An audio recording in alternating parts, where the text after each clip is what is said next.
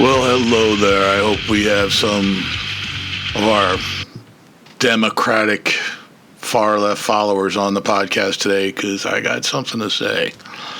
I've been informed by my very, very good friends out in the Midwest about a person running a microbrewery in Wisconsin. And apparently this individual wants to celebrate the possible death of another human being. Without going into detail, I think you can figure out who that is, just like all the other left-wing lunatics. They want the same thing. Well, I will not give this individual respect by mentioning their name and free publicity because that is obviously the only thing they're after. I will give my personal opinions on this extremely childish behavior and also a profile of the individual based on what has been published about them in the news and press. Granted, I have a long history of profiling people for work. I'm actually pretty good at it. I do have some training in it, and I think we should take a stab at this. I think the first statement I want to make about this individual is this person was probably a bully in school with nothing to offer anyone and continued to bully until they got the living crap kicked out of them after picking on a little girl in a wheelchair with only one arm. The little girl had enough of the harassment and just beat the hell out of him. One-armed little girl in a wheelchair could probably beat your ass now today. This person's parents probably hated them simply because they were a dick. The person barely made it through college and cheated on every test and term paper they had turned in or taken because they lacked the aptitude to count a potato. And there is a strong possibility that this person is truly a cross-dressing woman, an ugly woman at that, pretending to be a man because she thinks it'll get her further in business. I've seen pictures. It's a possibility. So I'm going to give my feelings on this situation. This will be much more eloquent than usual, as I wish to take an adult approach to this. I do not wish to appear half as childish as this person with the wish for free publicity. This is not in fear of retaliation, I can assure you. I simply do not wish to give this very ugly-looking, possibly a woman, free publicity. And let's be honest, if it is a guy, guarantee you he's got a micro dick. Don't have to see it to know it. You just know by the behaviors on someone going after free publicity, puffing their chest out when they know they're wrong. They know they're wrong in things they do and say and actions they take. It's usually someone that was a bully with a little dick, and he's tired, or she is tired, or whatever it is tired of people pointing at their crotch and laughing at them. Moving on. I will type as I think and read it back on this episode. So, okay, I typed up what I wanted, and I probably should have done that first, but I just felt compelled to get some of that stuff on paper. So here's what I got, all right? Celebrating the death of another human being is one of those ideas that on the surface may feel emotionally satisfying to a very small dick, insignificant, and true loser in life, but quickly collapses under even mildest scrutiny. It trades momentary gratification for a long-term erosion of empathy, dignity, and social cohesion. If we step back from the heat of emotion and look at the broader implications, the practice is not only ethically troubling, but also deeply counterproductive, both individually and collectively. Now, like I said, I'm going to type like I think, and I'll break it down a little bit because I have trouble still typing like I talk and not like I think. So basically what I mean by that is this is counterproductive for both the far left and the far right. The far left is creating hate, and the far right is frustrated because God knows nothing's probably going to happen to this very, very ugly woman pretending to be a man. At its core, celebrating death reduces a human life, no matter how flawed that life is, to a punchline or victory condition. This is a dangerous simplification. Human beings are complicated, contradictory, and often capable of both harm and growth simultaneously. To cheer someone's death is to declare that their existence can be summed up entirely by whatever grievance we hold against them. That kind of thinking doesn't just apply to the person being targeted. It becomes a habit form of mind. Once you accept that some lives are worthy of ridicule or celebration upon ending, it becomes easier to extend that logic outward to rivals, opponents, or anyone who happens to fall on the wrong side of your disagreement. Basically, you have found a way to justify extinguishing a human life because of something that was said or something that just didn't meet up to your muster. A true man would never do this. That's why I'm kind of leaning towards the trans woman thing. There's also a profound difference between holding someone accountable and reveling in their demise. Accountability is rooted in justice, fairness, and the idea that actions have consequences. Celebration of a death, on the other hand, is rooted in emotional release, often anger, resentment, or even hatred. It shifts the focus away from principles and toward personal satisfaction. That's a subtle but important distinction, one that aims to uphold a standard, the other indulges a feeling. And while feelings are valid, building a public or communal ritual around them, especially destructive ones, rarely leads to anything constructive. So this is what I'm talking about. This individual is looking for free publicity. It looks like there's going to be some kind of a protest going on very soon. And while part of me loves the idea of a protest, this individual is just going to use it for more free publicity. I would support the protest more because it's going to help some frustrated people vent their opinions and their feelings in a constructive way, rather than this individual we speak of offering free beer if a life is extinguished. This needs to be observed, not observed, but studied. This is the kind of behavior that is tearing apart our society. This individual is looking for free publicity, nothing more, with no regard for what they're doing to society. Before I go on, I want to put in at this point, I actually stopped and went back and I'm adding this. Pray for this individual. I'm taking shots out of frustration, being very careful not to indicate their name or their establishment, but pray for this individual. They don't pray. They're obviously not a child of God. There's something wrong with them, so pray for this individual, okay? I know it's in the grand plan, what they're doing and all that good stuff, but to celebrate the death of another human being is so against God's word. So pray for this individual. Back to the podcast.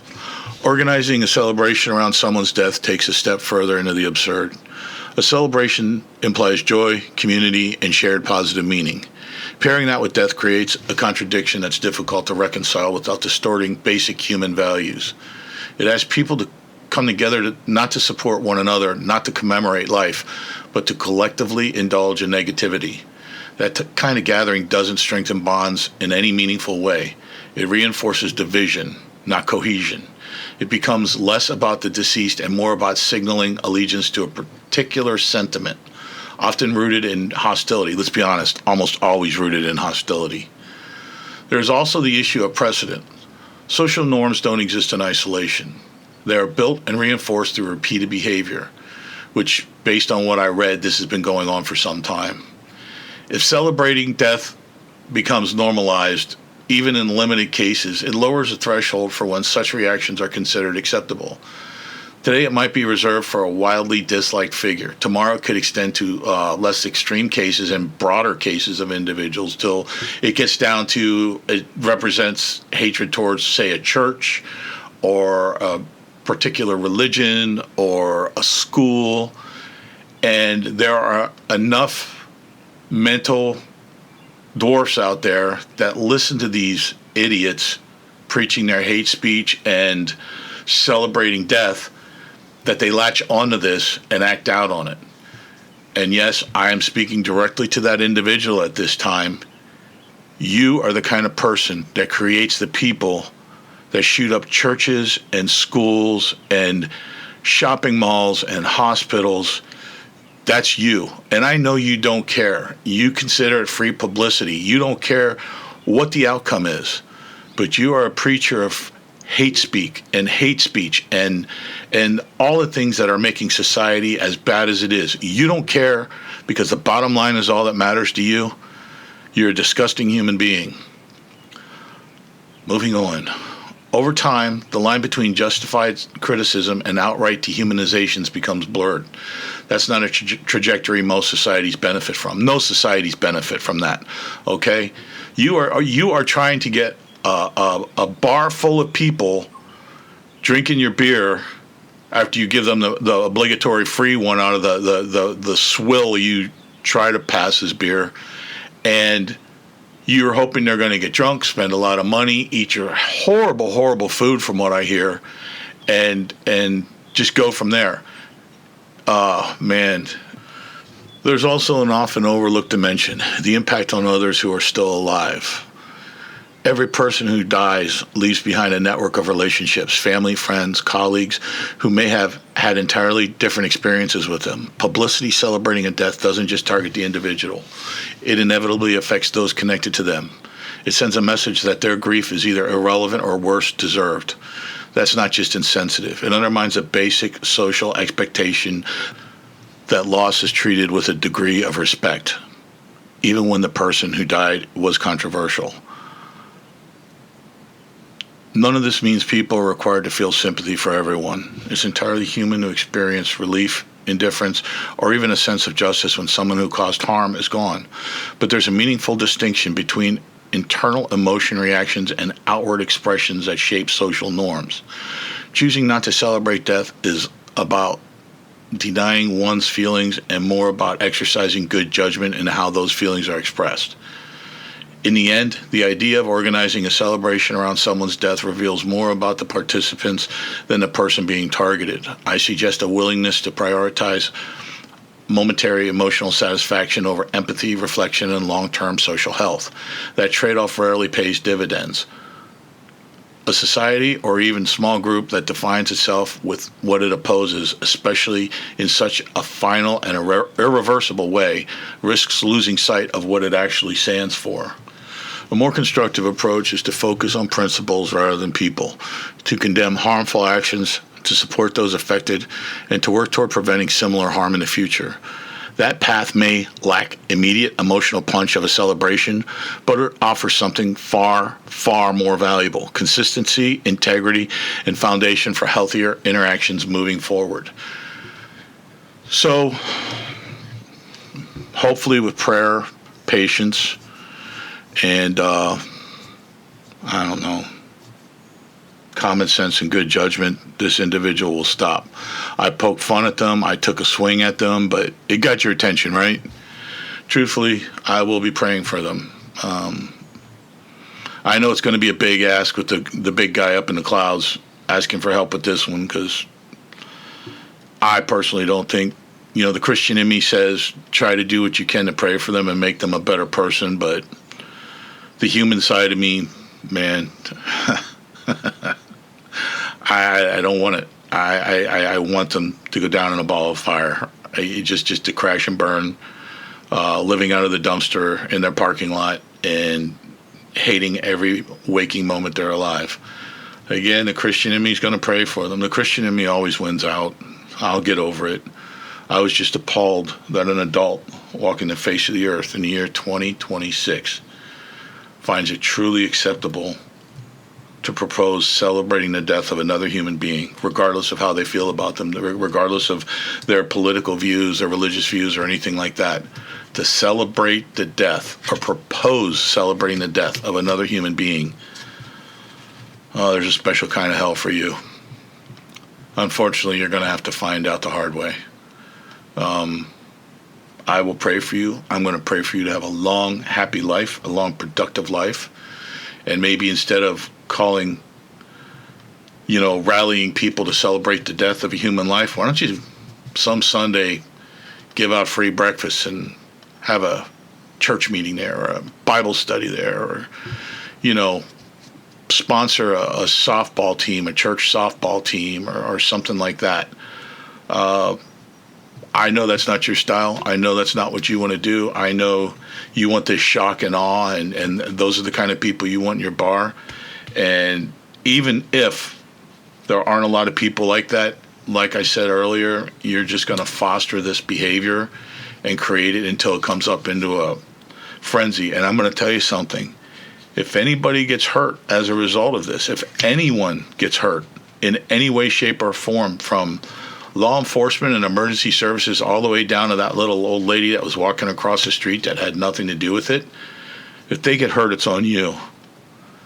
It's on you, and I will call for everyone on the internet and everyone I can find and anyone I can talk to rally against you in any way possible. I'll start a GoFundMe for legal fees to come after you for inciting all of this.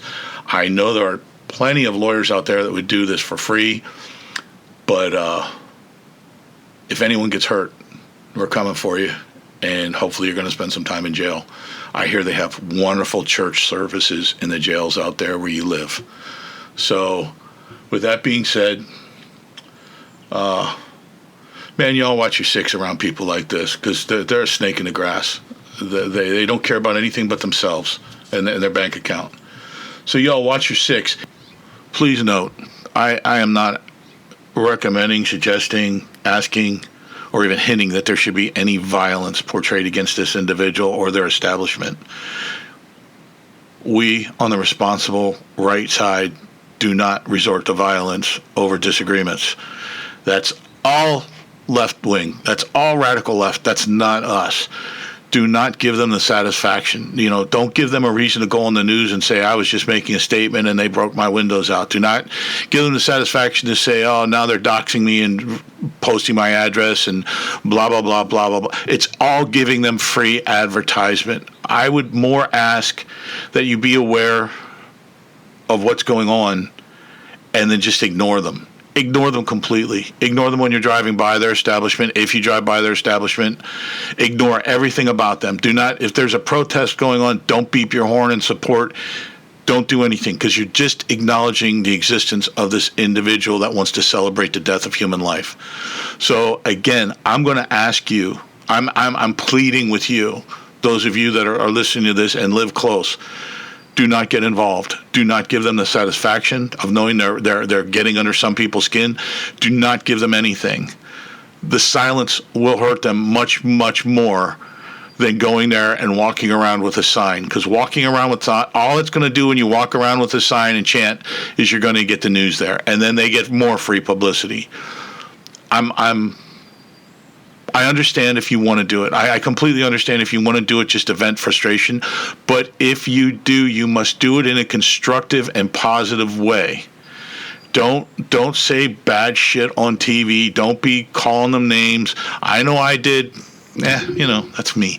But I'm not going to be giving them free publicity. I've been very careful not to give them any free publicity. If you're standing there and you're getting visibly upset on the news, that's what they want, because that's going to get more news and more publicity. Just if you're there, just shake your head and laugh and say, nope, we're just out here, just expressing our opinions in a peaceful way. We're not going to do anything stupid. This just needs to be known what this individual is up to. That's fine. That's fine. But again, it's still technically free publicity. So what I'm saying is, the more you ignore them, the more you're going to hurt them. It's that simple. This whole thing is built around free publicity, which you're going to give them if you go out there and make a scene. So don't. They can put in their insurance claims. They can do all this bullshit that they're setting out to do.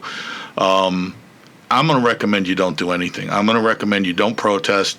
Leave that shit up to the radical left and their signs and their purple hair and their pierced faces and their blue hair, celibate fat chicks and all that stuff.